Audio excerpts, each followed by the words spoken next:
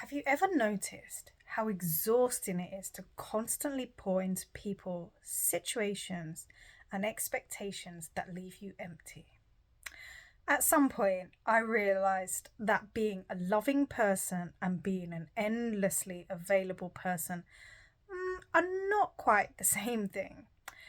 And I think a lot of us were taught that kindness means constant access to us, constant patience, constant understanding, constant sacrifice. But eventually, your spirit starts to feel tired, not because you are weak, but because something inside you knows not everything deserves your energy. Lately, I've been really thinking about the goddess Kali, and what really strikes me about her most is not just destruction, like people often say, but discernment. Kali cuts away illusion. She removes what is false, what is draining, and what keeps us trapped in cycles that slowly destroy us from the inside. And honestly, I think many of us need that energy because some of us were raised to overgive, to over explain, to keep the peace, to tolerate things that wound us because we are afraid of being too harsh, too difficult, or too much. But in saying that, there comes a moment where your soul just gets tired of abandoning itself. A moment where something inside you says, enough. And I don't think Kali appears in our lives because we are becoming cruel. I think she appears when we are finally ready to stop betraying ourselves.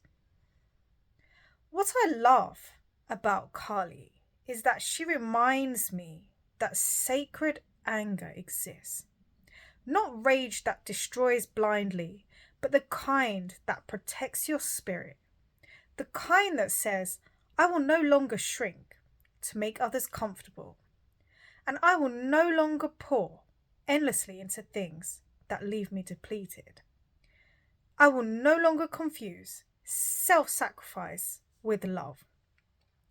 And maybe that's a bit uncomfortable, especially if you are someone who has spent your whole life trying to be good. But protecting your peace is not selfish. Having boundaries is not cruelty. Walking away from what drains you is not mean. Sometimes it is wisdom. Sometimes it is survival. And sometimes it is the beginning of finally returning to yourself. I think Kali teaches us that transformation is not always soft. I don't think it's meant to be all the time. Sometimes it looks like truth. Sometimes it looks like endings. Sometimes it looks like finally saying, this is costing me too much. And maybe that is not destruction after all. Maybe, just maybe, that is love. Just fierce enough to refuse your own disappearance. You have been listening to The Goddess and Her Chalice. If this resonated with you, you are welcome to stay.